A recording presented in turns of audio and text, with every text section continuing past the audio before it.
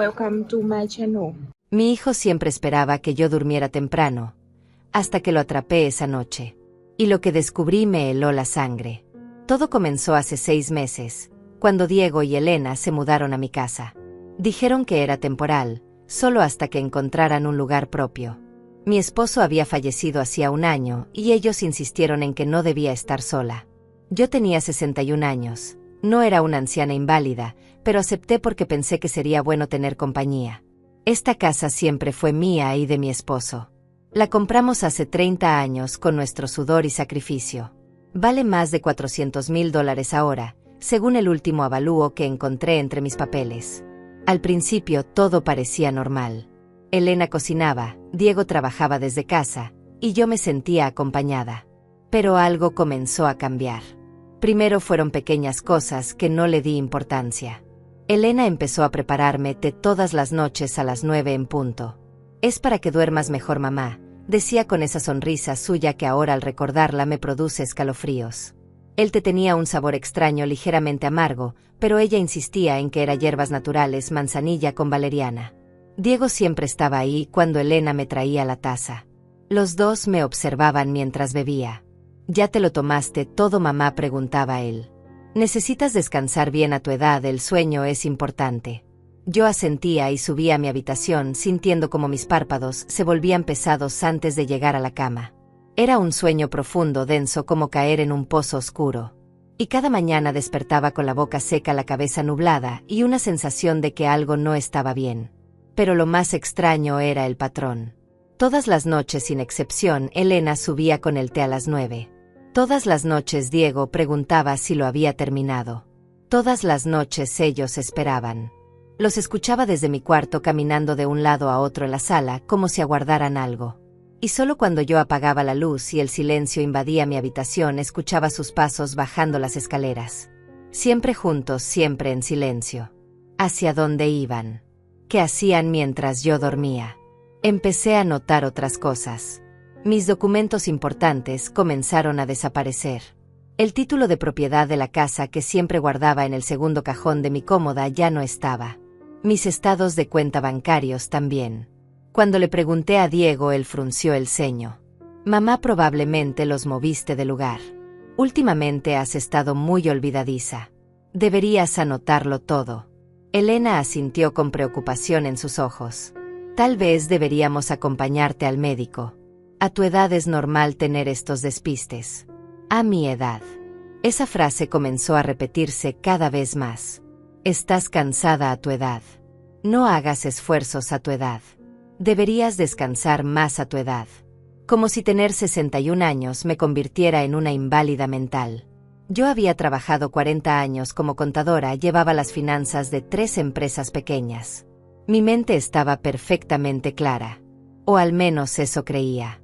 Una noche desperté a las 3 de la madrugada. Mi garganta ardía de sed. Bajé en silencio hacia la cocina. La casa estaba oscura, pero algo me hizo detenerme en medio de las escaleras. La puerta del estudio de mi esposo estaba entreabierta. Había luz adentro. Escuché voces. Diego y Elena. Hablaban en susurros, pero el tono era urgente. «Tenemos que acelerar esto», dijo Elena. «Ya van 6 meses y todavía no firma nada». «Las pastillas están funcionando», respondió Diego. «Mira cómo está cada mañana, confundida, desorientada. En 2 semanas más podemos llevarla al médico y él confirmará el diagnóstico. Demencia senil. Entonces podremos hacer la transferencia legalmente». Mi corazón dejó de latir. Pastillas. Demencia. Transferencia. Las palabras flotaban en el aire como cuchillos. Me aferré al pasamanos, sintiendo que mis piernas se doblaban. Un crujido suave escapó de la madera bajo mi pie. Las voces se detuvieron. «¿Qué fue eso?», susurró Elena. «Nada», respondió Diego. «Está dormida. Esas pastillas la dejan inconsciente hasta las 7. Aún así, mejor terminemos rápido». Subí las escaleras tan rápido como pude sin hacer ruido. Entré a mi habitación, cerré la puerta y me metí bajo las sábanas con el corazón golpeándome el pecho. Mi respiración era tan fuerte que temí que pudieran escucharla desde abajo. Pastillas. Me estaban drogando. El té. Ese maldito té que tomaba cada noche no era para dormir mejor. Era para mantenerme inconsciente. Para confundirme. Para que pareciera que estaba perdiendo la razón. Y funcionaba. Los olvidos. La confusión matutina. La sensación de que los días se mezclaban unos con otros. No era mi edad. Era lo que ellos me estaban dando. Mi propio hijo. La mujer que llamaba mamá. Me estaban envenenando lentamente. Esa noche no pude dormir. Me quedé mirando el techo mientras las lágrimas rodaban por mis sienes. ¿Cómo había llegado a esto? Diego era mi único hijo. Lo crié sola después de que su padre trabajara dobles turnos durante años. Le di todo. Esta casa debía ser su herencia algún día, pero no así. No robándola. No destruyéndome primero. Cuando amaneció tenía una decisión tomada. No tomaría más ese té. Fingiría, pero no lo bebería. Necesitaba saber exactamente qué estaban planeando. Necesitaba pruebas. Porque si les enfrentaba ahora sin evidencia, ellos lo negarían todo. Dirían que estaba paranoica. Que estaba senil. Y tal vez con los meses de drogas en mi sistema un médico les creería a ellos y no a mí. Esa mañana bajé a desayunar como siempre. «Buenos días, mamá», dijo Diego desde la mesa. «¿Dormiste bien?» Sí, mentí. «Muy bien». Elena me sirvió café y pan tostado. Parecía más relajada que otros días. «Esta noche te prepararé un té especial», dijo. «Conseguí unas hierbas nuevas que te ayudarán todavía más». Sonreí. «Qué considerada eres, hija». Ella apretó mi mano. «Es lo menos que puedo hacer. Eres como mi propia madre». Las palabras me quemaron, pero mantuve la sonrisa. Por dentro algo se había roto. Y algo más oscuro estaba naciendo. Esa noche fingiría. Esa noche descubriría la verdad. Y entonces ellos sabrían con quién se habían metido. El día pasó con una lentitud insoportable. Cada minuto se sentía como una hora. Observaba a Diego y Elena moverse por la casa como si fueran extraños. Mi hijo revisaba su teléfono constantemente con el ceño fruncido. Elena limpiaba la cocina, tarareando una canción. Todo parecía tan normal, tan cotidiano. Pero yo sabía la verdad. Conocía el monstruo que se escondía detrás de esas sonrisas. A las 8 de la noche Elena comenzó a preparar el té. Yo estaba en la sala fingiendo ver televisión, pero en realidad observaba cada uno de sus movimientos reflejados en el vidrio de la ventana. La vi abrir un frasco pequeño del estante superior. Un frasco que nunca había visto antes. Lo mantuvo oculto en su mano mientras vertía el contenido en mi taza. 1, 2, 3 gotas de un líquido transparente. Luego agregó el agua caliente y la bolsita de manzanilla. Removió lentamente como si estuviera preparando el veneno más dulce del mundo. «Aquí tienes, mamá», dijo sentándose a mi lado. «Todavía está caliente, ten cuidado». Tomé la taza sintiendo el calor en mis manos. El aroma era el mismo de siempre, pero ahora sabía lo que contenía. Diego apareció en la puerta. «¿Ya es hora de tú?», te preguntó, aunque claramente sabía la respuesta. «Sí», respondí. Elena siempre tan atenta. Él sonrió. «Somos una familia, nos cuidamos entre nosotros». Llevé la taza a mis labios. El líquido tocó mi boca, pero no lo tragué. Fingí beber haciendo los movimientos exactos, inclinando la cabeza hacia atrás, cerrando los ojos, como si disfrutara el sabor. Bajé la taza. «Está delicioso», dije. «Muy relajante». Elena intercambió una mirada con Diego. «Termínatelo todo, mamá», insistió él. «Para que haga efecto necesitas beberlo completo». Asentí y volví a fingir. Sorbo tras sorbo. La taza se vaciaba, pero el té quedaba en mi boca. Cuando ellos no miraban lo escupía en una servilleta que tenía escondida. Mi corazón latía tan fuerte que pensé que podrían escucharlo. Finalmente mostré la taza vacía. «Todo listo», dije. «Ahora sí podré dormir bien». «Perfecto», respondió Elena recogiendo la taza. «Descansa, mamá». Subí a mi habitación a las 9:30. Cerré la puerta, pero no con llave porque eso hubiera sido sospechoso. Me metí en la cama con la ropa puesta debajo de las sábanas. Apagué la luz. Y esperé. Los minutos se arrastraban. Podía escuchar cada crujido de la casa, cada sonido de la calle. Mi cuerpo estaba tenso como un cable a punto de romperse. No podía moverme, no podía hacer ruido. Tenía que parecer que estaba en ese sueño profundo que ellos esperaban. Pasaron 20 minutos. Entonces escuché pasos en el pasillo. Se detuvieron frente a mi puerta. El pomo giró lentamente. La puerta se abrió apenas unos centímetros. Una rendija de luz del pasillo cortó la oscuridad. Cerré los ojos con fuerza, respirando profundo y lento como si estuviera inconsciente. Los pasos entraron. Alguien se acercó a mi cama. Podía sentir su presencia, su respiración. Era Diego. Está fuera, susurró. No se va a despertar hasta mañana. Él se quedó ahí unos segundos más. Podía sentir su mirada sobre mí. Luego sus pasos se alejaron. La puerta se cerró. Escuché sus pisadas bajando las escaleras. Entonces la voz de Elena desde abajo. «Está dormida». Sí, respondió Diego. «Podemos empezar». Esperé 5 minutos más. Luego abrí los ojos lentamente. La habitación estaba oscura, pero mis ojos ya se habían acostumbrado. Me levanté de la cama sin hacer ruido. Mis manos temblaban. Caminé descalza hasta la puerta y la abrí milímetro a milímetro. El pasillo estaba vacío. Abajo había luz en el estudio. Escuchaba voces amortiguadas. Bajé las escaleras pegada a la pared. Cada escalón era una eternidad. Sabía cuáles crujían y cuáles no. Años viviendo en esta casa me habían enseñado cada uno de sus sonidos. Llegué al final y me deslicé por el pasillo.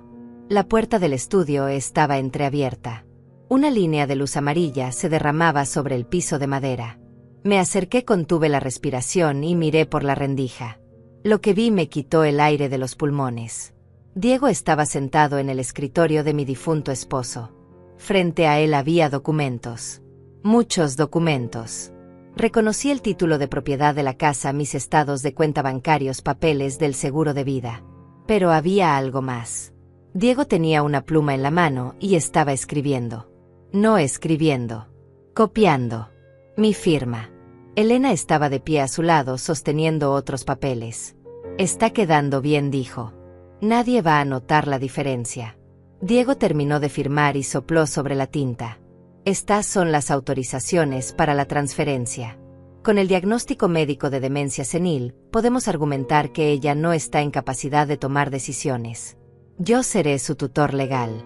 «¿Y entonces qué?», preguntó Elena. «Entonces vendemos la casa», respondió Diego. $400,000. Pagamos mis deudas y nos vamos. Comenzamos de nuevo en otro estado. «Pero tu madre», dijo Elena. «Cuando descubra que la casa está vendida». «No va a descubrir nada», interrumpió Diego. «Para ese momento ya estará internada. El doctor Martínez es amigo mío desde la universidad. Él firmará los papeles que necesitemos. Dirá que ella tiene deterioro cognitivo severo, que es un peligro para sí misma. La internaremos en una clínica privada y listo». Elena se quedó callada. Yo también me quedé inmóvil, sintiendo cómo el mundo se desmoronaba a mi alrededor. Mi hijo. Mi propio hijo estaba planeando robarme mi casa, drogarme hasta que pareciera loca y encerrarme. Todo por dinero. «Diego tiene deudas», dijo Elena suavemente. «¿Cuánto?». Él suspiró. $200,000. El casino. Pensé que podría recuperarlo, pero solo empeoró. Un casino. Mi hijo había apostado $200,000. Y ahora iba a destruir mi vida para pagar su adicción. Elena se sentó en el borde del escritorio. «Y hay algo más», dijo. «Tenemos que hacerlo rápido porque estoy embarazada». El silencio que siguió fue aplastante. Diego levantó la vista. «¿Estás segura?». Elena asintió. 3 meses. «Por eso necesitamos el dinero ahora. No podemos criar un bebé con tus deudores persiguiéndonos». Un bebé. Iba a ser abuela. Y en lugar de alegría solo sentí horror.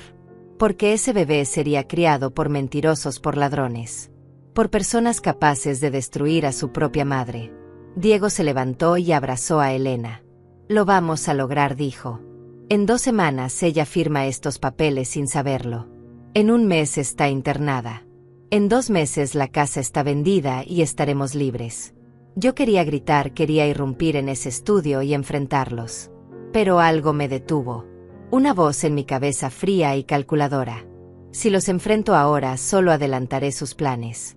Me drogarán más fuerte. Me encerrarán más rápido. Necesito pruebas. Necesito tiempo. Necesito ser más inteligente que ellos.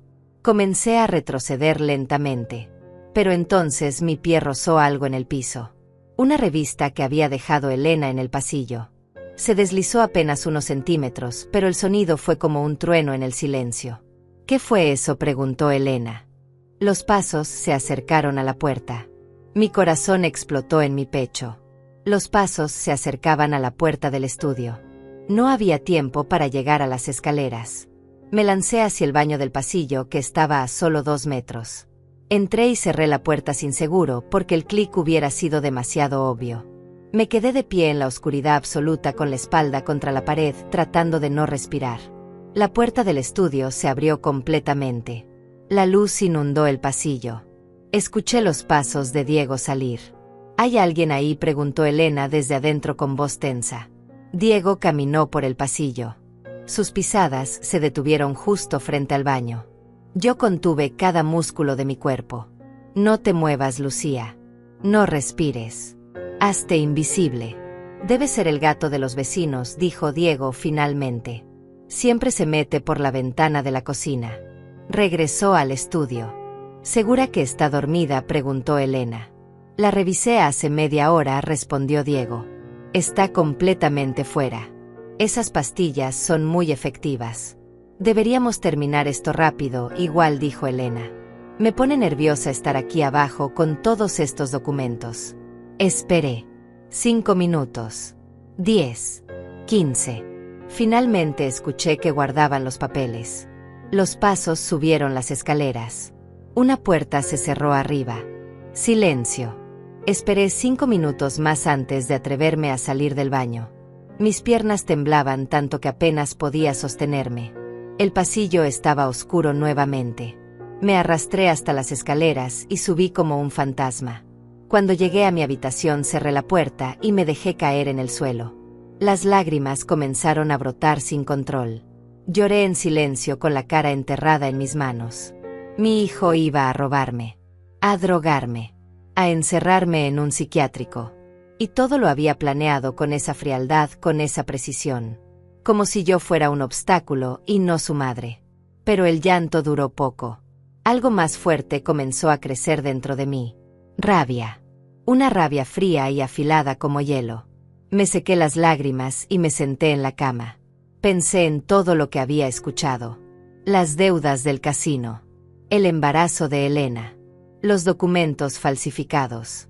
El médico corrupto. Tenían todo planeado. Pero cometieron un error. Me subestimaron. A la mañana siguiente bajé a desayunar como si nada hubiera pasado. Buenos días, dije con una sonrisa. Dormí maravillosamente. Diego levantó la vista de su café. Qué bueno, mamá. Él te está funcionando, ¿verdad? Sí, respondí sirviéndome jugo. Me siento mucho mejor. Elena entró a la cocina con el cabello mojado, recién salida de la ducha.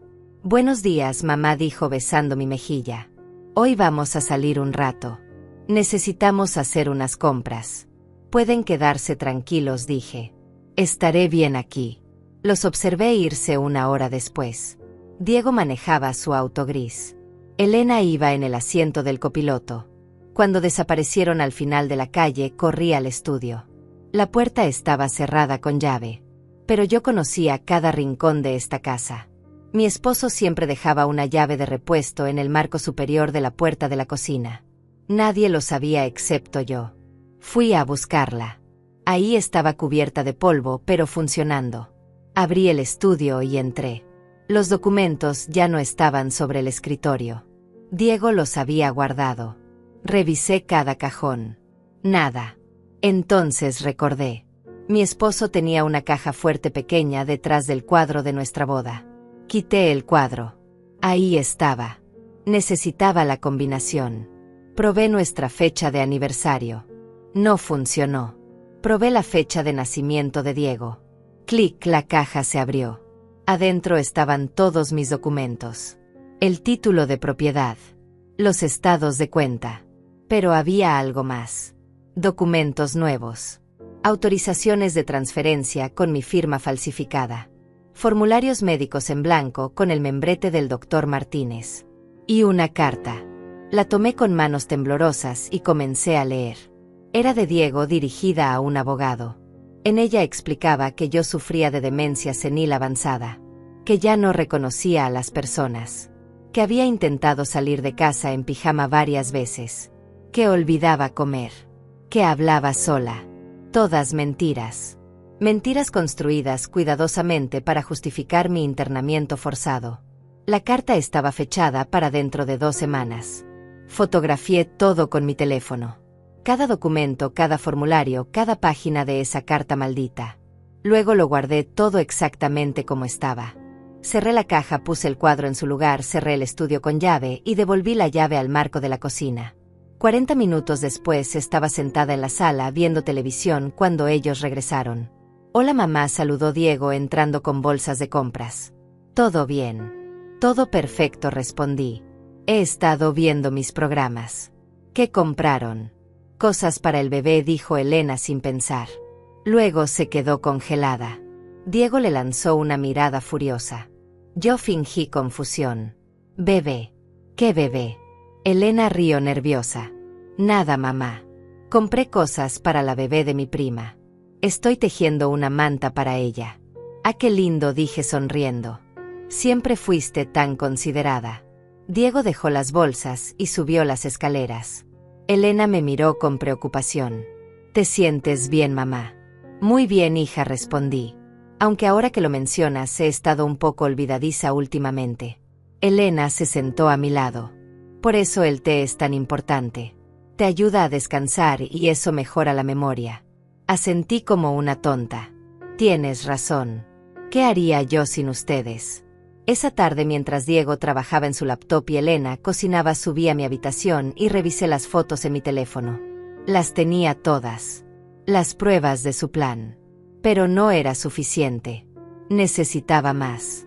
Necesitaba algo que los destruyera completamente. Y entonces recordé algo. Algo que mi esposo me había dicho años atrás. Algo sobre esta casa. Fui a mi closet y saqué una caja de zapatos vieja del estante superior. Adentro había cartas y documentos antiguos de cuando compramos la propiedad. Busqué entre los papeles amarillentos hasta que encontré lo que necesitaba. Un documento legal de hacía 30 años. Lo leí una vez, 2 veces, 3 veces. Y entonces sonreí. Una sonrisa fría que ni yo misma reconocí en el espejo. Esta casa no era solo mía y de mi esposo. Había un tercer nombre en el título original. Enrique. El hermano gemelo de Diego. El hijo que tuvimos primero. El que se fue de casa a los 18 años después de una pelea terrible con su padre. El que todos creían muerto en un accidente de auto hace 20 años. Pero yo sabía la verdad. Enrique no había muerto.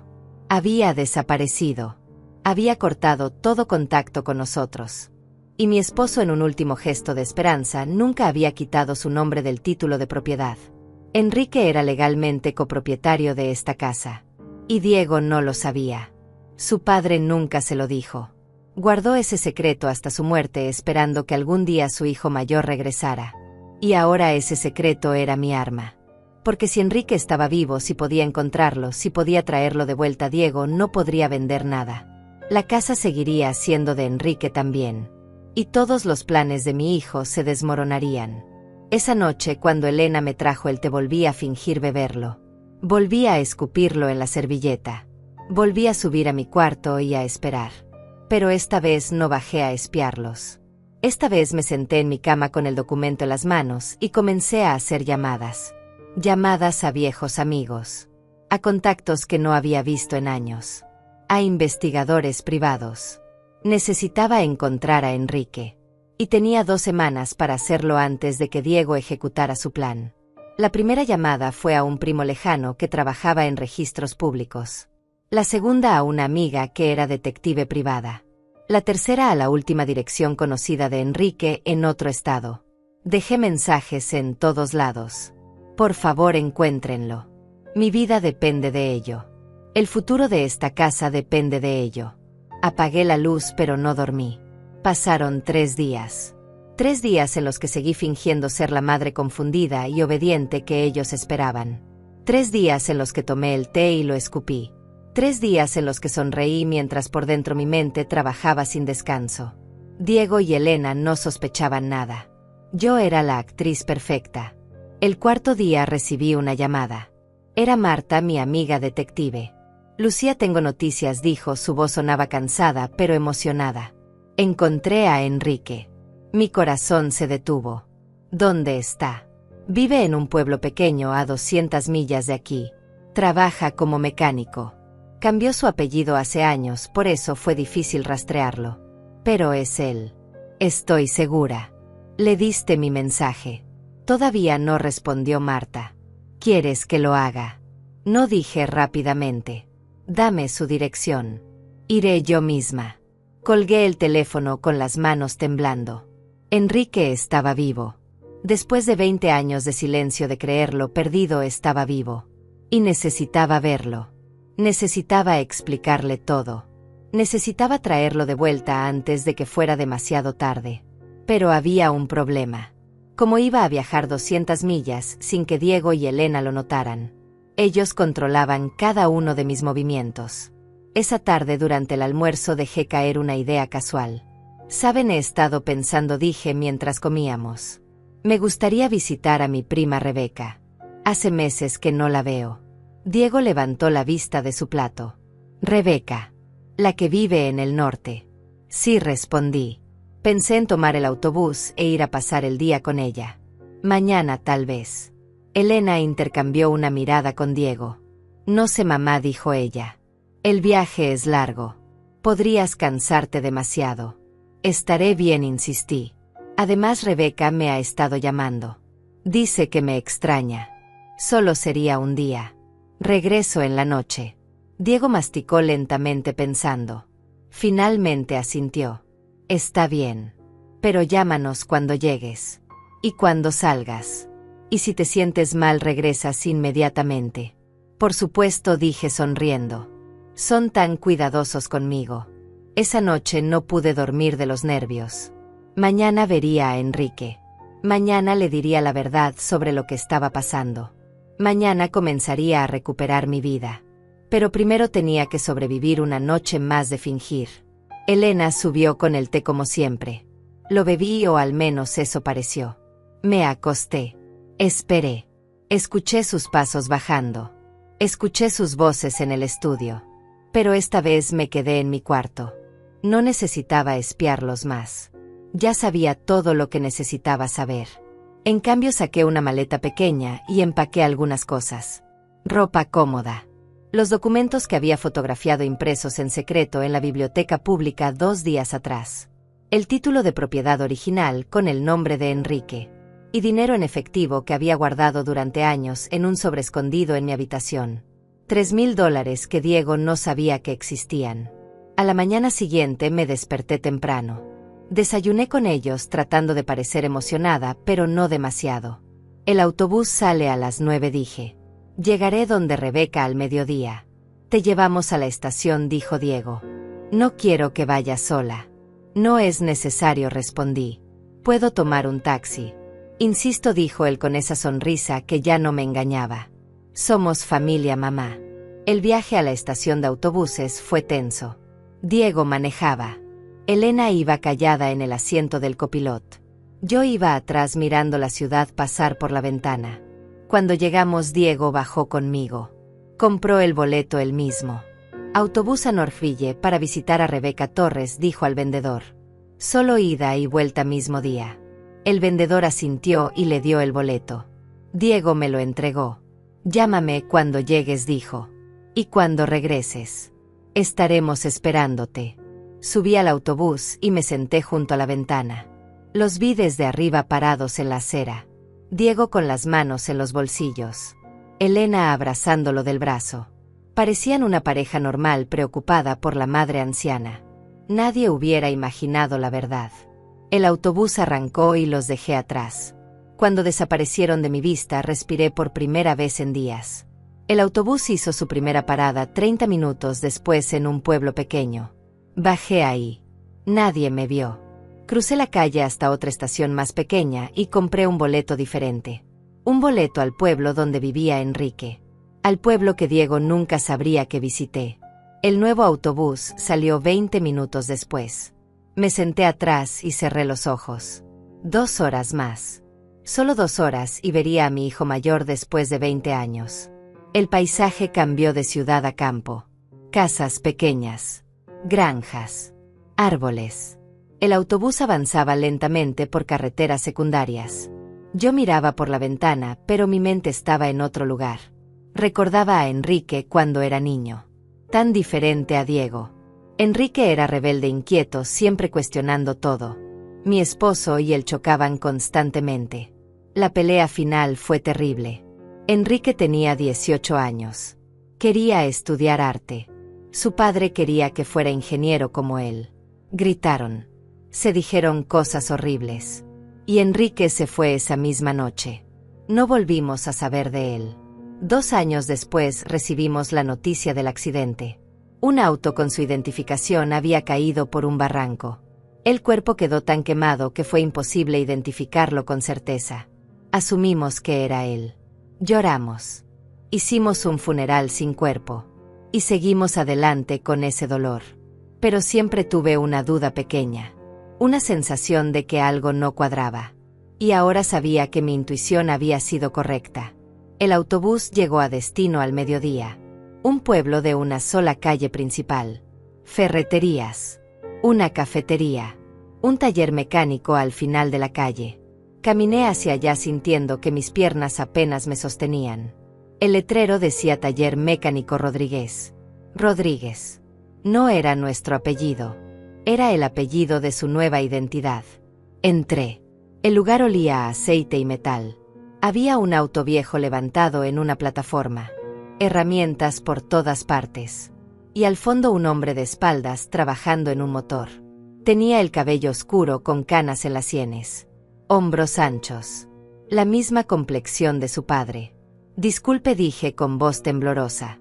Busco a Enrique. El hombre se quedó inmóvil. Lentamente se dio vuelta. Y cuando vi su rostro, el aire abandonó mis pulmones. Era él. 20 años mayor. Con arrugas que no tenía. Con una barba que nunca había usado. Pero era él. Sus ojos. Esos ojos color café que eran iguales a los míos. No había duda. Mamá, susurró. Su voz se quebró en esa palabra. Las herramientas cayeron de sus manos. Nos quedamos mirando separados por 20 años de silencio, por 20 años de dolor. Lágrimas comenzaron a rodar por mis mejillas. Pensé que estabas muerto, dije. Todos pensamos que estabas muerto. Él dio un paso hacia mí. Tenía que desaparecer, dijo. Papá nunca iba a aceptarme. Nunca iba a dejarme vivir mi vida. Así que fingí mi muerte y empecé de nuevo. Pero mamá, ¿por qué estás aquí? ¿Cómo me encontraste? Me acerqué a él. Porque te necesito, dije. Porque tu hermano está tratando de robarme. Porque estoy en peligro. Y porque esta casa que tu padre te dejó en el título original es la única manera de salvarnos a ambos. Enrique frunció el ceño. ¿De qué estás hablando? Me senté en una silla vieja junto al taller. Y entonces le conté todo. Las pastillas. El plan de Diego. Las deudas del casino. Los documentos falsificados. El médico corrupto. El internamiento forzado. Y finalmente le mostré el título de propiedad original. El que tenía su nombre junto al nuestro. Enrique leyó el documento con los ojos muy abiertos. Yo soy copropietario. Papá nunca quitó mi nombre. Nunca lo hizo, respondí. Creo que siempre esperó que regresaras. Y ahora ese es nuestro salvavidas. Diego no puede vender la casa sin tu firma. No puede hacer nada sin tu consentimiento. Si apareces ahora, todos sus planes se derrumban. Enrique se pasó las manos por el cabello. Esto es mucho, dijo. Después de 20 años de no saber nada, aparecer así. Lo sé, dije. Y no te estoy pidiendo que vuelvas a nuestra familia. Solo te pido que me ayudes a salvar lo único que me queda. La casa que tu padre y yo construimos. Por favor, Enrique. Él me miró durante largo rato. Finalmente asintió. Enrique cerró el taller y fuimos a una cafetería al otro lado de la calle. Necesitábamos hablar con calma, necesitábamos hacer un plan. Pedimos café y nos sentamos en una mesa del fondo lejos de oídos curiosos. Él seguía mirándome como si no pudiera creer que yo estuviera ahí. Como si fuera un fantasma del pasado que había venido a perseguirlo. Cuéntame todo, dijo finalmente. Desde el principio. Así que lo hice. Le conté sobre la muerte de su padre hace 2 años. Sobre cómo Diego y Elena se mudaron conmigo. Sobre los meses de manipulación y drogas. Sobre la noche que los escuché planeando mi destrucción. Enrique escuchaba con el rostro cada vez más tenso. Sus manos apretaban la taza de café con tanta fuerza que pensé que la rompería. Diego siempre fue el favorito de papá, dijo cuando terminé. El hijo perfecto. El que hacía todo bien. Yo era el problema, el rebelde, el que nunca encajaba. Y ahora resulta que él es el que está robando, manipulando, destruyendo. Tiene una adicción al juego, respondí. Debe $200,000. Y Elena está embarazada. Necesitan dinero desesperadamente. Y decidieron que mi vida valía menos que su comodidad. Enrique negó con la cabeza. No puedo creerlo. Pero al mismo tiempo sí puedo. Diego siempre fue egoísta. Siempre pensó que todo le pertenecía por derecho. Bebió su café y me miró directamente. ¿Qué quieres que haga, mamá? Necesito que vengas conmigo, dije. Necesito que aparezcas como el copropietario legal de la casa. Cuando Diego vea que no puede vender nada sin tu firma, cuando se dé cuenta de que su plan está arruinado, ahí podremos confrontarlo con pruebas y obligarlo a irse. ¿Y qué pasa con la casa?, preguntó Enrique. Con mi parte de la herencia. Yo no quiero el dinero, mamá. No vine aquí por eso. Lo sé, dije tomando su mano. Y puedes hacer lo que quieras con tu parte. Quedártela, venderla, donármela. Eso lo decides tú. Solo necesito que estés ahí. Que demuestres que existes. Que Diego no puede borrarme como si fuera nada. Enrique apretó mi mano. Está bien. Lo haré. Pero necesito unos días para arreglar cosas aquí. Para cerrar el taller temporalmente. Para prepararme mentalmente para ver a mi hermano después de tantos años. ¿Cuánto tiempo tienes? 2 semanas, respondí.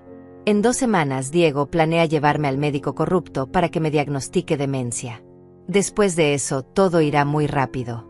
La internación, la venta, la desaparición de mi vida. Entonces tenemos tiempo, dijo Enrique. En 1 semana viajo a la ciudad. Me quedo en un hotel.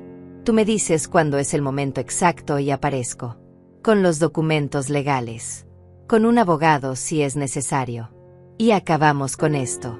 Asentí sintiendo que por primera vez en meses tenía una oportunidad real. Gracias, susurré.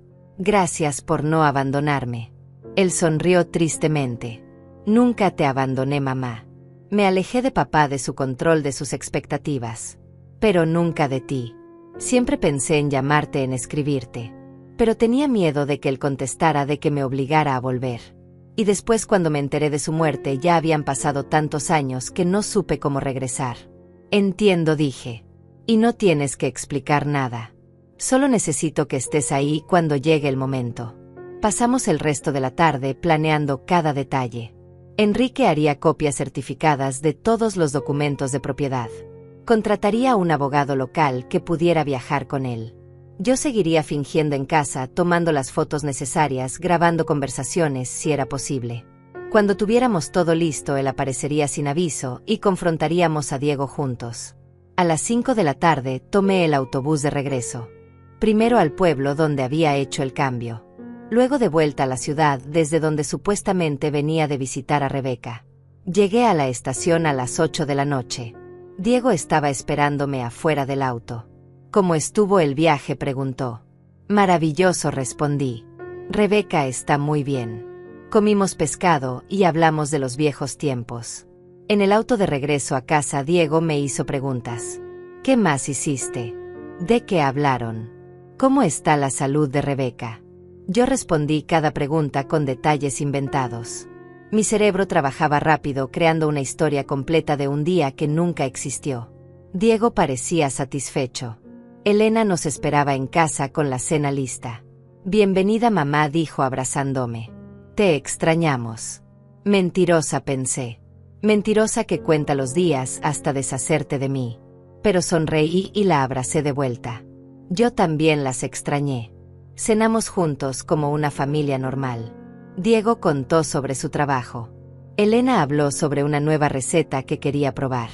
Yo asentía y sonreía mientras por dentro mi mente repasaba cada minuto del día. Cada palabra de Enrique. Cada parte del plan. Esa noche Elena subió con el té como siempre. Lo bebí o fingí beberlo. Me acosté. Esperé sus pasos bajando. Pero esta vez en lugar de miedo sentía algo diferente. Poder. Porque ya no estaba sola.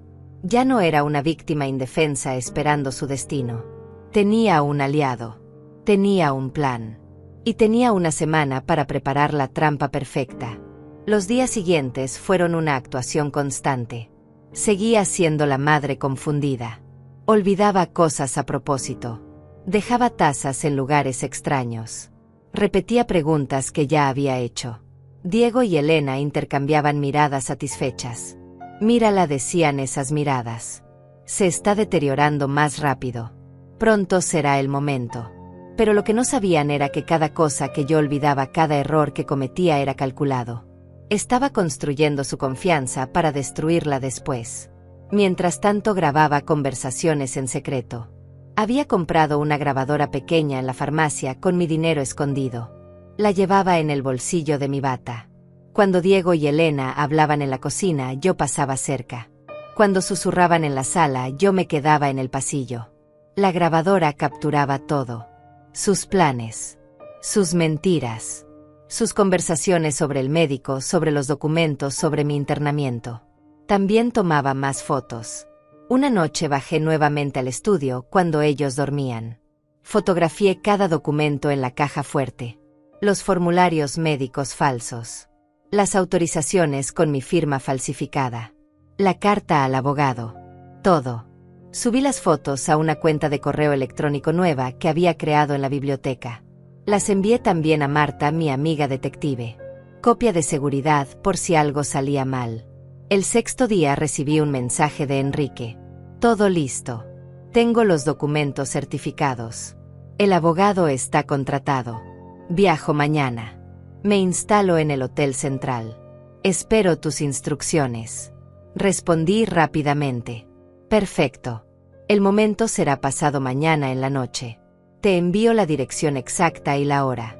Prepárate para el espectáculo. Esa noche durante la cena Diego hizo un anuncio. Mamá, mañana tenemos que ir al doctor Martínez. Es hora de tu chequeo anual. Mi corazón saltó, pero mantuve la cara tranquila. Tan pronto preguntó. Pero si me siento bien. Es importante, insistió Diego. A tu edad los chequeos regulares son necesarios. La cita es a las 3 de la tarde. Elena asintió.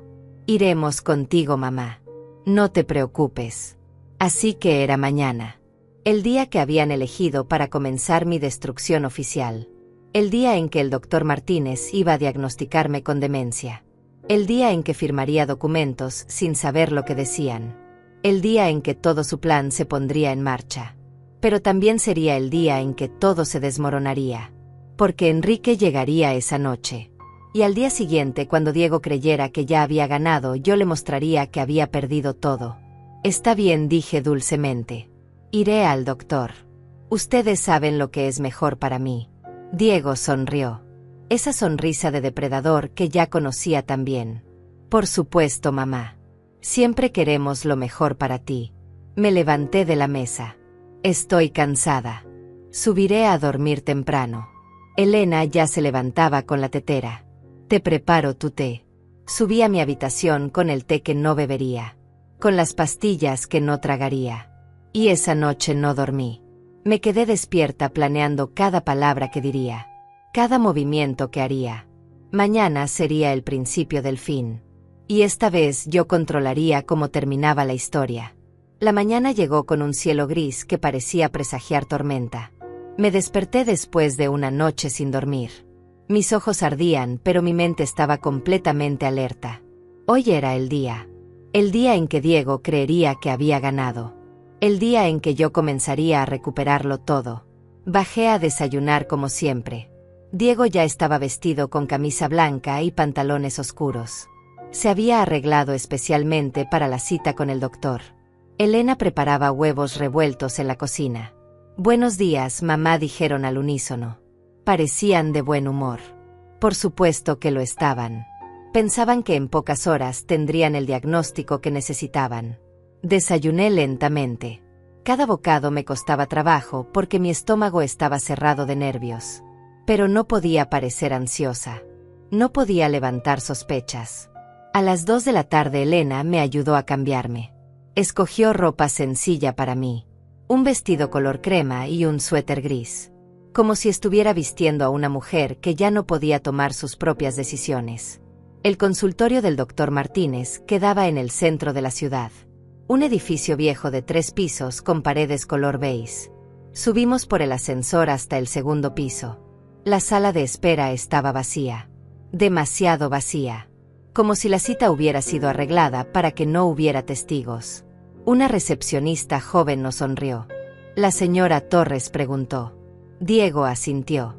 Pasen. El doctor los está esperando. Entramos a un consultorio con olor a desinfectante. El doctor Martínez era un hombre de unos 50 años con lentes gruesos y sonrisa amable. Lucía, qué gusto verte, dijo como si me conociera de años, aunque nunca lo había visto en mi vida. Siéntate, por favor. Vamos a hacerte algunas preguntas sencillas. Solo una evaluación de rutina. Me senté en la silla frente a su escritorio. Diego y Elena se quedaron de pie detrás de mí como guardias. El doctor comenzó con preguntas básicas. ¿Cuál es tu nombre completo? ¿Qué edad tienes? ¿En qué año estamos? Respondí todo correctamente. Él anotaba en una carpeta. Luego vinieron preguntas más extrañas. Lucía, ¿has tenido problemas para recordar cosas últimamente? ¿Te has sentido confundida? ¿Has olvidado dónde dejas tus pertenencias? Miré a Diego por el espejo que había en la pared. Él asentía levemente como diciéndome qué responder. Bueno, sí, dije vacilante. A veces olvido cosas pequeñas. ¿Dónde puse mis lentes? Si cerré la puerta con llave. El doctor sonrió. Es completamente normal a tu edad. Y dime, ¿has tenido episodios donde no recuerdas qué hiciste durante el día? ¿O conversaciones que no recuerdas haber tenido? Pausé. Esta era la trampa. Si decía que sí, estaría dándole munición. Si decía que no, Diego intervendría. Mamá, no seas modesta, interrumpió Diego. Hace 2 semanas me preguntaste lo mismo 3 veces en 1 hora. Y la semana pasada saliste en pijama al jardín a medianoche. ¿No recuerdas? Yo negué con la cabeza, aunque nada de eso había pasado. El doctor anotaba rápidamente. Ya veo. ¿Y tienes problemas para dormir? Diego se inclinó. Por eso le damos un té relajante todas las noches, doctor. Parece ayudarle. El doctor Martínez asintió gravemente. Entiendo. Lucía, voy a hacerte algunas pruebas cognitivas simples. Cuenta hacia atrás desde 100 de 7 en 7. Comencé a contar. 193, 86, 79. Cuando llegué a 72, me detuve a propósito. Fingí confusión. Espera, ¿cuál era el siguiente? El doctor intercambió una mirada con Diego. 72 menos 7, dijo él suavemente. Así respondí. 65. Así continuó la evaluación. Cada pregunta diseñada para hacerme parecer incompetente. Cada respuesta mía cuidadosamente calculada para darles lo que querían sin exagerar. Tenía que parecer que estaba declinando, pero no tanto como para que pareciera actuado. Era un baile delicado sobre el filo de una navaja. Finalmente el doctor cerró la carpeta. Lucía, voy a ser honesto contigo. Los resultados de esta evaluación sugieren un deterioro cognitivo leve. Probablemente el inicio de demencia senil. No es severo todavía, pero es preocupante. Necesitarás medicación y posiblemente en algunos meses supervisión constante. Un lugar donde puedan cuidarte adecuadamente las 24 horas. Las palabras cayeron como piedras en el consultorio. Diego puso su mano en mi hombro. No te preocupes, mamá. Nosotros nos encargaremos de todo. El doctor ya preparó los documentos necesarios. Elena sacó pañuelos como si fuera a llorar. Esto es tan difícil, doctor. Pero queremos lo mejor para ella. El doctor Martínez deslizó varios papeles sobre el escritorio. Estos son formularios para comenzar el tratamiento. Y estos autorizan a Diego como tu tutor legal para tomar decisiones médicas en tu nombre. Es procedimiento estándar en casos como este. Solo necesito que firmes aquí y aquí. Señaló líneas punteadas al final de cada documento. Tomé la pluma con manos temblorosas. Las manos me temblaban de verdad, pero no por confusión, sino por rabia contenida. Miré los documentos. Eran exactamente como los que había visto en la caja fuerte. Las mismas palabras. Las mismas trampas legales. Si firmaba estaría entregándoles todo el control. Estaría firmando mi propia sentencia de muerte civil. No puedo, dije dejando caer la pluma. Esto es demasiado. Necesito tiempo para pensarlo. Diego se tensó. Mamá, el doctor dice que es importante comenzar el tratamiento ahora. Entre más esperemos, peor será. No respondí levantándome de la silla. No voy a firmar nada hoy. Necesito procesarlo. Elena me tomó del brazo. Mamá, por favor. Es por tu bien. Me solté de su agarre. Dije que no. El doctor Martínez se levantó. Lucía, entiendo que es difícil aceptarlo. Pero tu condición solo va a empeorar. Tu familia está tratando de ayudarte. No dejes que el orgullo te impida recibir la ayuda que necesitas. Lo pensaré, dije caminando hacia la puerta. Pero hoy no firmo nada. Salí del consultorio. Diego y Elena me siguieron. En el ascensor el silencio era denso. Podía sentir la frustración de Diego como ondas de calor. En el auto de regreso a casa ninguno habló. Cuando llegamos, Diego estacionó, pero no bajó inmediatamente. Mamá dijo con voz controlada: mañana regresaremos al doctor. Y firmarás esos documentos. Es por tu propio bien. Ya lo verás. Entré a la casa sin responder. Subí directo a mi habitación y cerré la puerta. Me tiré en la cama con el corazón golpeándome las costillas. Lo había hecho. Había resistido. Ahora Diego estaría desesperado. Presionaría más fuerte. Y eso era exactamente lo que necesitaba. Porque esta noche Enrique llegaría. Y mañana, cuando Diego intentara forzarme nuevamente, yo tendría mi arma secreta lista. A las 7 de la noche mi teléfono vibró. Un mensaje de Enrique. Ya estoy en la ciudad. Hotel Central, habitación 212. Listo para mañana. Respondí rápidamente. Perfecto. Mañana a las 10 de la mañana ven a la casa. Trae al abogado. Trae todos los documentos. Es hora de terminar esto. Esa noche Elena subió con el té. Lo bebí fingiendo como siempre. Ella se quedó más tiempo observándome. ¿Te sientes bien, mamá?, preguntó. Pareces tensa. Estoy cansada, respondí. Fue un día difícil. Ella asintió. Descansa. Mañana hablaremos con calma sobre lo que dijo el doctor. Sobre lo que es mejor para ti. Cuando ella salió, escupí el té en el lavabo del baño. Me miré en el espejo. Mis ojos tenían ojeras profundas. Mi rostro estaba pálido. Pero en mis ojos había algo nuevo. Una chispa de acero.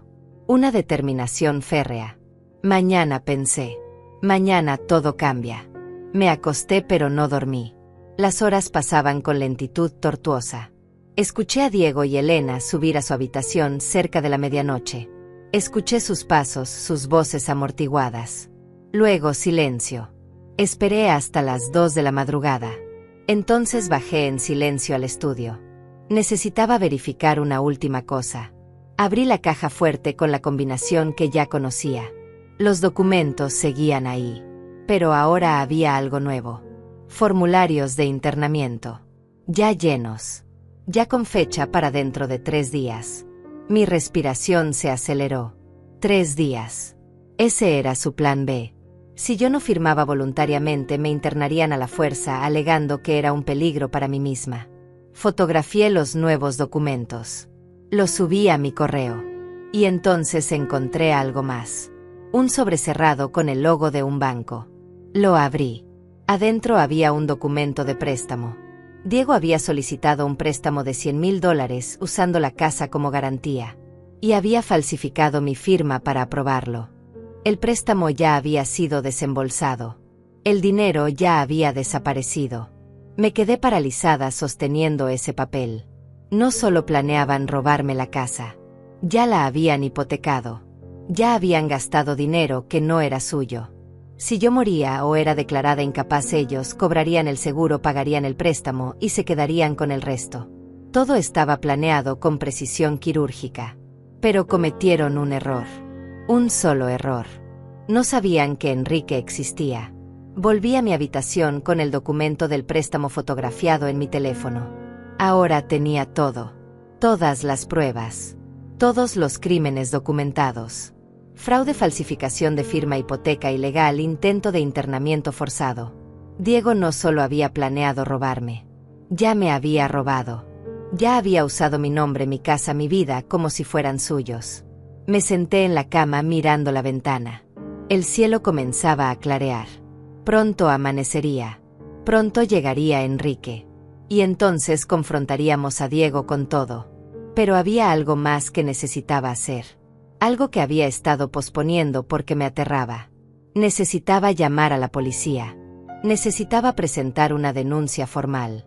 A las 6 de la mañana llamé a Marta, mi amiga detective. Ella contestó con voz somnolienta. Lucía, son las 6 de la mañana. Lo sé, dije. Pero necesito tu ayuda. Tengo todas las pruebas. Fotos de documentos falsificados. Grabaciones de conversaciones. Comprobantes de un préstamo fraudulento. Necesito saber cómo proceder legalmente. Marta se despertó inmediatamente. Envíamelo todo ahora. Conozco un fiscal que puede ayudarte. Esto es suficiente para arrestar a tu hijo, Lucía. ¿Estás segura de que quieres llegar tan lejos? Me quedé en silencio. Arrestar a mi propio hijo. Verlo esposado. Verlo en una celda. Era mi hijo. El bebé que había cargado. El niño que había criado. Pero también era el hombre que había intentado destruirme. Sí, susurré. Estoy segura. Envíale todo. Que el fiscal esté listo para cuando yo lo llame hoy. Esto termina ahora. Descargué todas las fotos, todos los audios, todo lo que había recopilado durante semanas. Se lo envié a Marta por correo electrónico. Ella respondió 30 minutos después. El fiscal revisó todo. Dice que es un caso sólido. Fraude, explotación de adultos mayores, falsificación múltiple. Tu hijo podría enfrentar entre 5 y 10 años de prisión. Elena también como cómplice. Tienen una orden lista. Solo esperan tu llamada para ejecutarla. Respiré profundo. 10 años. Mi hijo podría pasar 10 años en prisión. Y su bebé, el bebé que aún no nacía, crecería sin padre. Parte de mí quería retroceder, quería encontrar otra solución. Pero entonces recordé las pastillas que me habían dado durante meses. La confusión. El plan de internarme. Los documentos de internamiento ya preparados. Y supe que no había otra opción. Esto no era solo protegerme. Era justicia. A las 8 bajé a desayunar. Diego ya estaba en la cocina tomando café. Lucía de malas. Buenos días, respondí. Elena salió de la ducha poco después. Se veía cansada. El embarazo comenzaba a notarse levemente en su figura. Mamá, necesitamos hablar, dijo Diego cuando nos sentamos. Sobre ayer. Sobre tu negativa a firmar los documentos del doctor. Escuché en silencio mientras él hablaba. Su voz era suave, pero había acero debajo. Mamá, entiendes que estamos preocupados por ti. Tu salud mental está deteriorándose. El doctor lo confirmó. Si no aceptas ayuda voluntariamente, tendremos que tomar medidas más drásticas. ¿Qué tipo de medidas?, pregunté, aunque ya sabía la respuesta.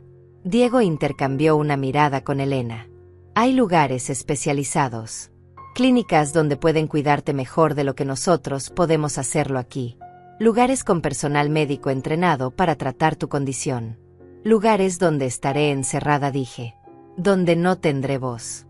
Donde ustedes controlarán todo. Diego suspiró. No lo veas así, mamá. Piensa en ello como un lugar donde finalmente podrás descansar. Donde no tendrás que preocuparte por nada. Porque ustedes se encargarán de todo, ¿verdad?, dije. De la casa. Del dinero. De mi vida. Diego se puso rígido. No sé de qué estás hablando.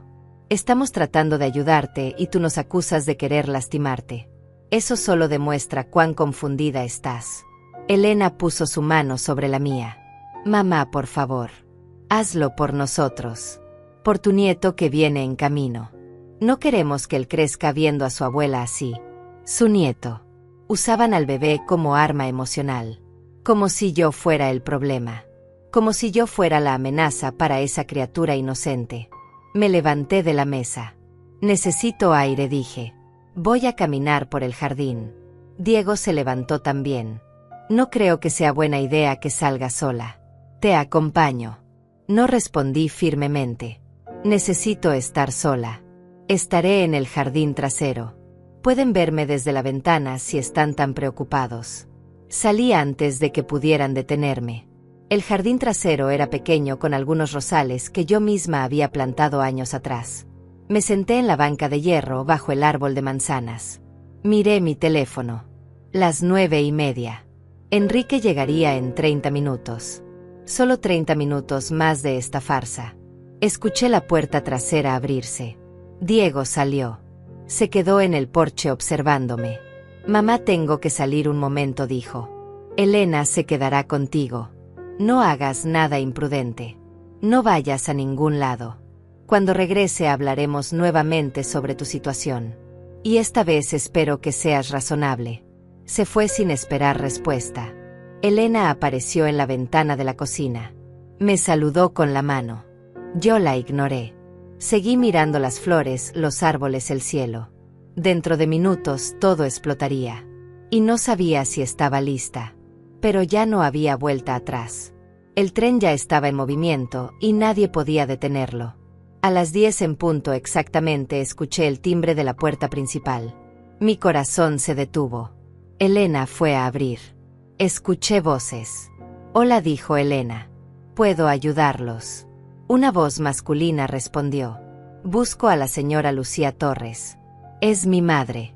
Necesito hablar con ella sobre una propiedad que compartimos. El silencio que siguió fue absoluto. Luego la voz de Elena temblorosa. ¿Quién es usted?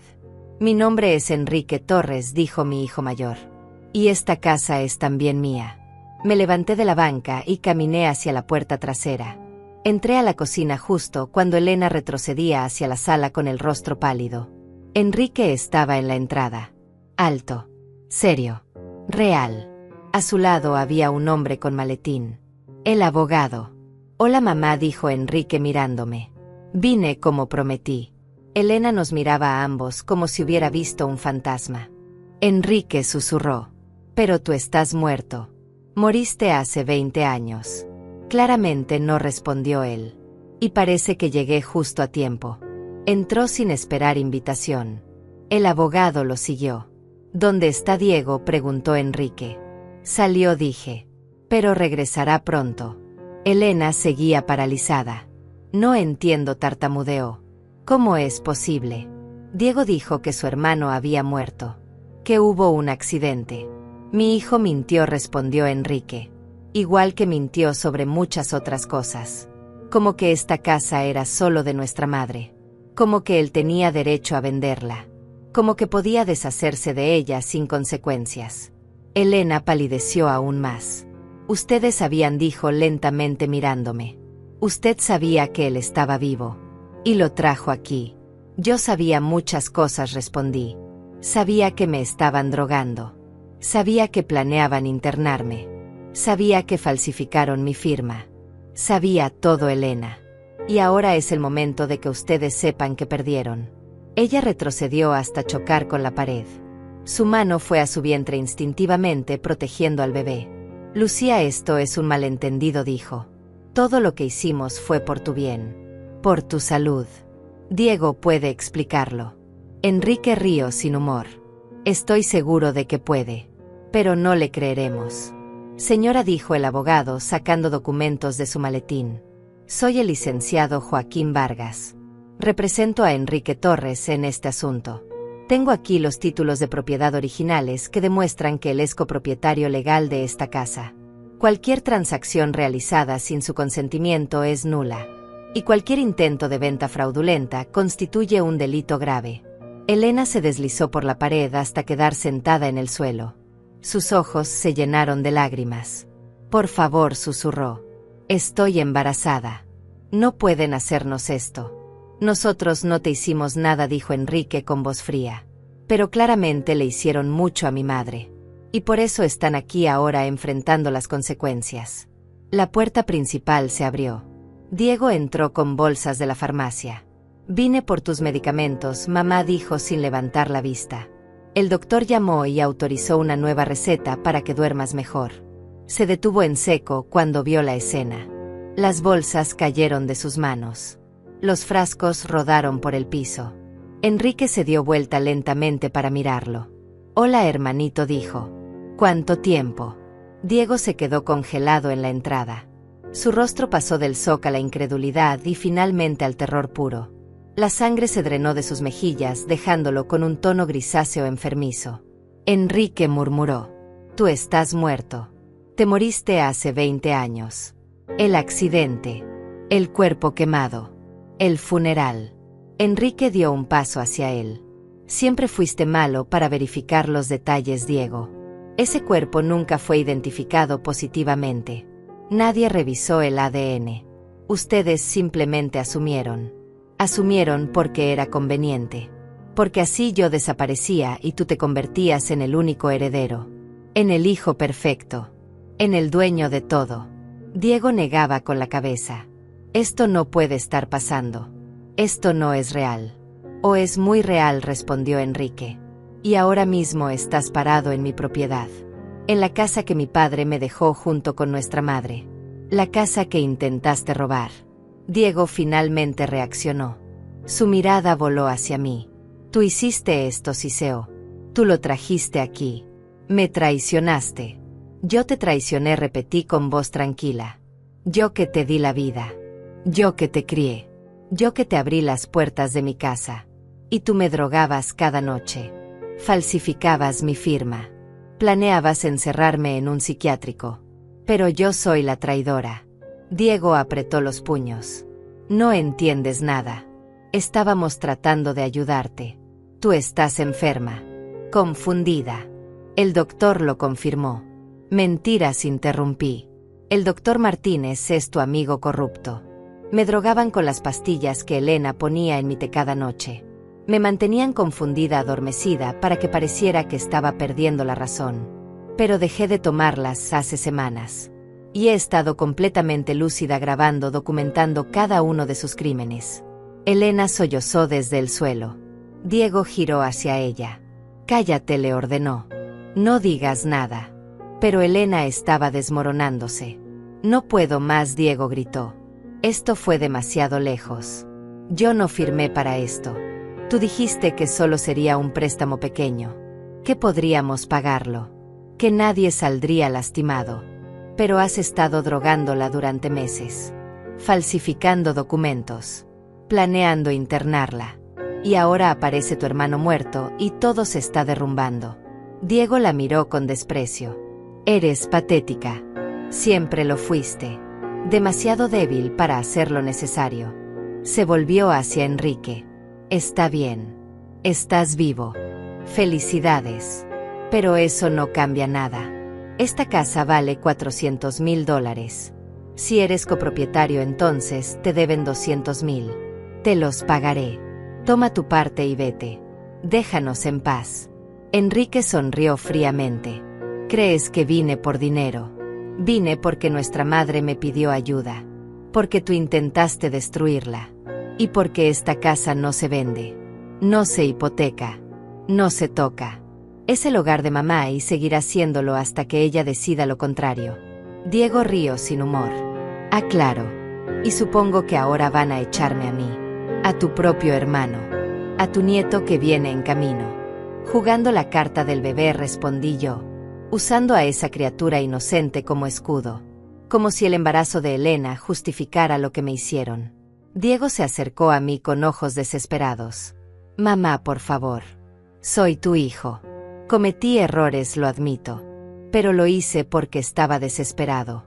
Debo dinero a gente peligrosa. Gente que me matará si no pago. Necesitaba ese dinero no para mí sino para sobrevivir. Debías dinero porque apostabas, dije. Porque tienes una adicción que te negaste a tratar. Y en lugar de pedir ayuda, en lugar de ser honesto, decidiste robarme. Decidiste drogarme. Decidiste borrarme de mi propia vida. Esa no fue desesperación, Diego. Fue crueldad. El abogado Joaquín carraspeó. Señor Torres, si me permite. He revisado los documentos que la señora Lucía me proporcionó. Hay evidencia clara de múltiples delitos. Falsificación de firma en al menos 5 documentos diferentes. Fraude bancario por el préstamo obtenido ilegalmente. Administración forzada de sustancias sin consentimiento, lo cual constituye agresión. Y conspiración para privar a alguien de su libertad mediante internamiento forzado. Cada palabra era un martillo golpeando el ataúd de Diego. Estamos preparados para presentar cargos criminales, continuó Joaquín. La fiscalía ya revisó el caso. Considera que hay mérito suficiente para proceder. Diego retrocedió.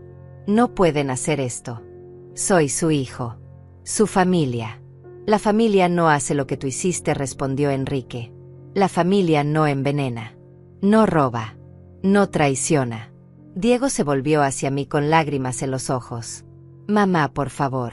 Piensa en tu nieto. Piensa en Elena. Ella no tuvo la culpa de nada. Yo la obligué. Mentira, gritó Elena desde el suelo. Yo sabía todo. Yo te ayudé. Porque tenía miedo. Porque dijiste que era la única manera. Porque te amaba y creí en ti. Pero esto no está bien, Diego. Nada de esto estuvo bien. El silencio cayó sobre la sala como una losa. Diego se dejó caer en el sofá con la cabeza entre las manos. Todo terminó, susurró. Elena lloraba en silencio. Enrique me miraba esperando mi decisión. El abogado tenía su teléfono listo para llamar a las autoridades. Y yo estaba de pie en medio de mi sala mirando los escombros de mi familia. Parte de mí quería perdonar. Parte de mí quería encontrar una solución que no destruyera a todos. Pero entonces recordé las noches de confusión. Los meses perdidos en la niebla de las drogas. El plan de encerrarme. Los documentos de internamiento ya preparados. Y supe que no había perdón posible. No para esto. Llama a la policía, le dije a Joaquín. Presenta los cargos. Todos los cargos. No, gritó Diego levantándose. Mamá, por favor.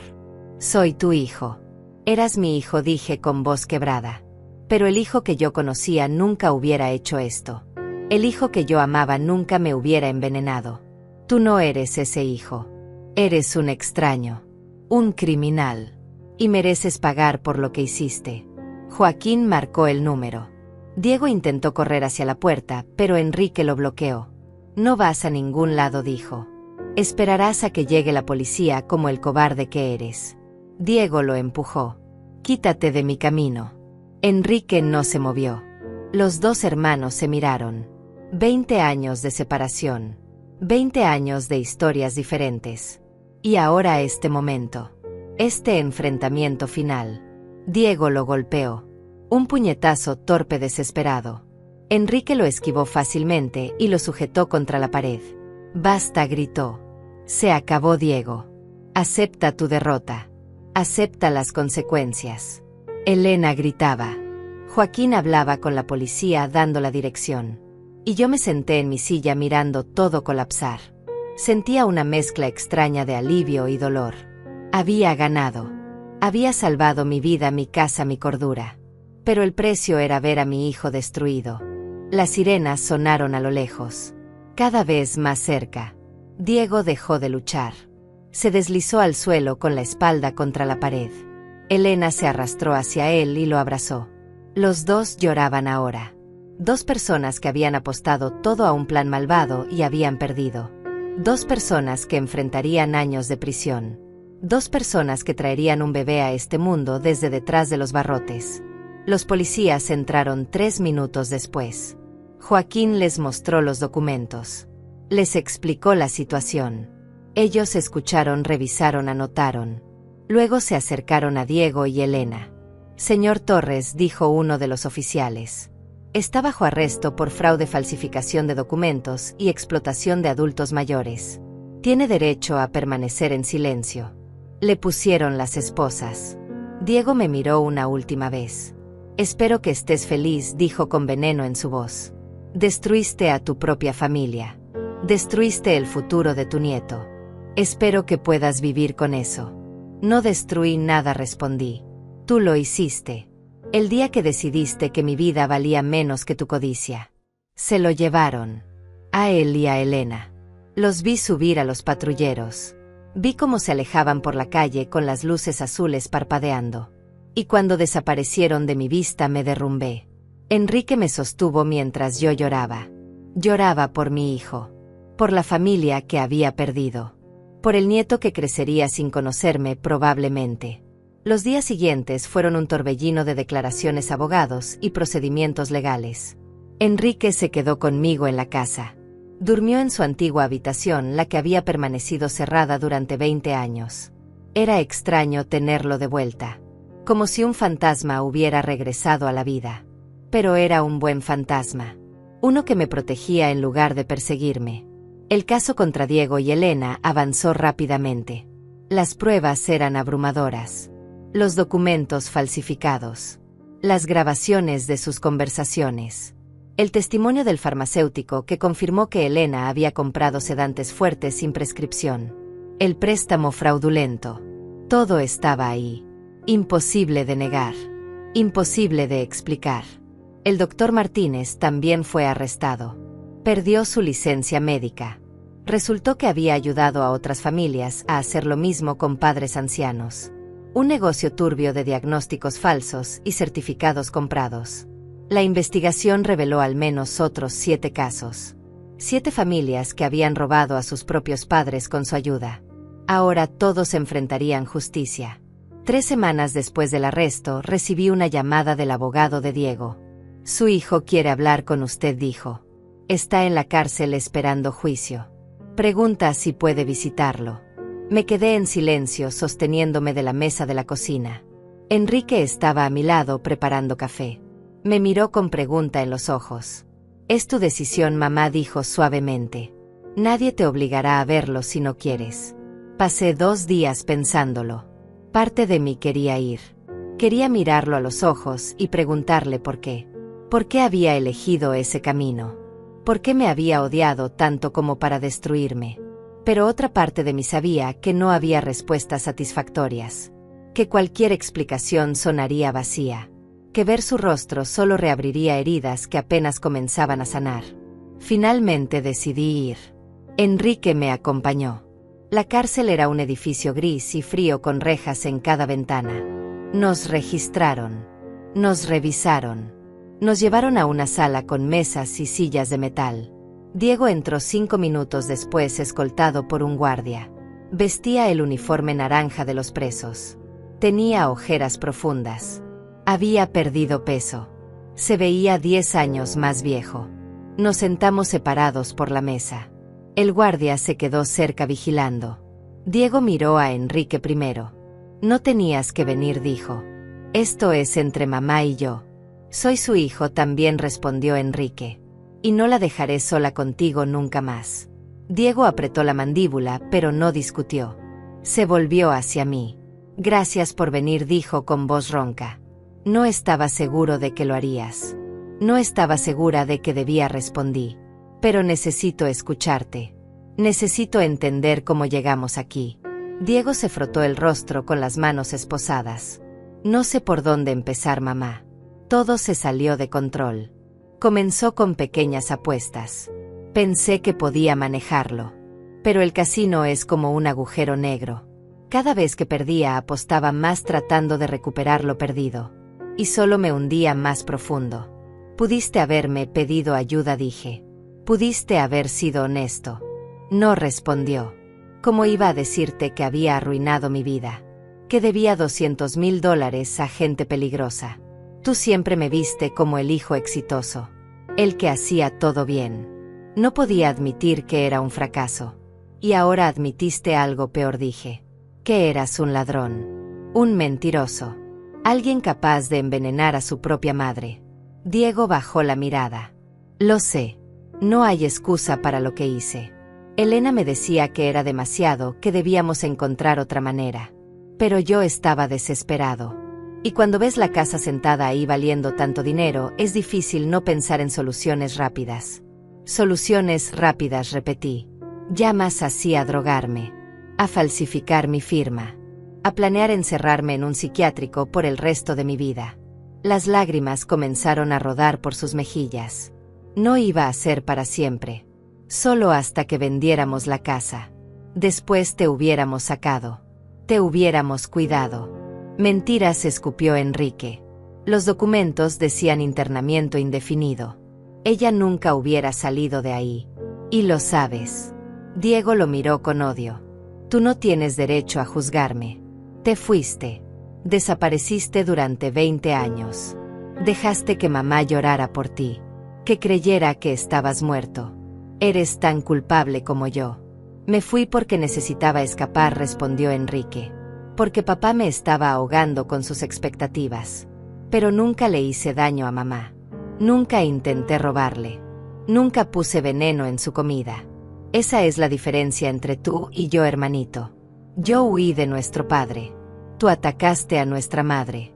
Diego no tenía respuesta para eso. Se quedó en silencio, limpiándose las lágrimas con el dorso de las manos esposadas. Elena también está aquí, dijo finalmente. En el ala de mujeres. Le dieron atención médica para el embarazo. Los abogados dicen que probablemente le darán una sentencia menor porque cooperó con la fiscalía. Porque testificó contra mí. Tu propio abogado te traicionó igual que tú me traicionaste a mí, dije. ¿Cómo se siente, Diego? ¿Cómo se siente estar del otro lado? Él cerró los ojos. Merezco esto. Merezco cada segundo de sufrimiento. Pero mamá, por favor, piensa en el bebé. Piensa en tu nieto. Él no tiene la culpa de nada. Elena dará a luz en 4 meses. Ese niño nacerá aquí en la cárcel. Crecerá visitándome detrás de estas rejas. ¿No hay nada que puedas hacer?, preguntó. ¿Alguna manera de ayudar a Elena al menos? Miré a mi hijo. El hombre que me había dado la vida. El hombre que había intentado quitármela. Y pensé en ese bebé. En esa criatura inocente que vendría a un mundo roto. Hablaré con el fiscal, dije lentamente. Veré si Elena puede recibir sentencia suspendida o arresto domiciliario, considerando el embarazo. Pero eso es todo, Diego. No retiraré los cargos contra ti. No te sacaré de aquí. Pagarás por lo que hiciste. Diego asintió. Gracias, susurró. Es más de lo que merezco. Sí, respondí levantándome. Lo es. El guardia se acercó. El tiempo había terminado. Diego se levantó también. Mamá espera, dijo. Hay algo más que necesitas saber. Algo sobre papá. Algo que él me hizo prometer que nunca te diría. Me detuve. Enrique se tensó. ¿Qué cosa?, pregunté. Diego respiró profundo. Papá sabía que Enrique estaba vivo. Lo supo desde el principio. Enrique lo contactó 2 años después de irse. Le dijo que había fingido su muerte. Papá me lo contó antes de morir. Me hizo jurar que nunca te lo diría. Dijo que era mejor que siguieras creyendo que Enrique había muerto. Que así sufrirías menos que con la certeza de que te había abandonado. El mundo se detuvo. Miré a Enrique. Su rostro estaba pálido. ¿Es verdad?, preguntó con voz quebrada. Lo contactaste. Mi esposo lo supo y nunca me dijo. Diego asintió. Papá era complicado. Quería protegerte a su manera. O tal vez solo quería castigar a Enrique manteniéndolo alejado de ti. No lo sé. Pero esa fue su última voluntad. Que guardaras el secreto. Enrique se dejó caer en la silla. Yo llamé una vez, dijo. Hace 18 años. Hablé con papá. Le dije que estaba bien, que había comenzado una nueva vida. Le pedí que te dijera que me perdonaras. Él dijo que lo haría. Prometió que te diría la verdad. Pero nunca lo hizo verdad. Nunca respondí. Nunca me dijo nada. Los últimos 18 años de mi vida lloré por un hijo que estaba vivo. Y mi esposo lo sabía. El guardia tocó mi hombro. Señora, tiene que irse. Salimos de la sala de visitas. Enrique iba callado a mi lado, procesando la traición de nuestro padre. Yo caminaba en piloto automático. 2 hombres. mi esposo y mi hijo menor. Ambos me habían mentido. Ambos me habían ocultado verdades que tenía derecho a saber. Uno por control, otro por codicia. Y yo había sido la víctima de ambos. Cuando llegamos a casa me senté en el porche mirando el jardín. Enrique se sentó a mi lado. Lo siento, mamá, dijo. Debí haber insistido. Debí haber llamado directamente a ti. Hiciste lo que pudiste, respondí. Eras joven. Confiaste en tu padre. No es tu culpa. Es de él. Y de Diego. Siempre de Diego. Nos quedamos en silencio viendo el atardecer. El cielo se pintaba de naranja y violeta. Los pájaros cantaban en los árboles. Y yo pensaba en todo lo que había perdido. En todo lo que había ganado. Había perdido a mi esposo, a mi hijo menor y años de mi vida envenenados por drogas. Pero había ganado mi libertad, mi casa y el regreso de mi hijo mayor. No sé si es un intercambio justo, dije en voz alta. Enrique tomó mi mano. Pero es el intercambio que tenemos. Y construiremos algo nuevo, mamá. Los dos juntos. 3 meses después, Diego fue sentenciado a 8 años de prisión. Elena recibió arresto domiciliario hasta que el bebé cumpliera 2 años. El bebé nació en noviembre. Un niño. Lo llamaron Luis. Elena me pidió visitarla. Fui con Enrique. Ella estaba en un apartamento pequeño con un monitor electrónico en el tobillo. El bebé dormía en una cuna junto a la ventana. Lo siento, susurró Elena cuando nos vio. Siento todo.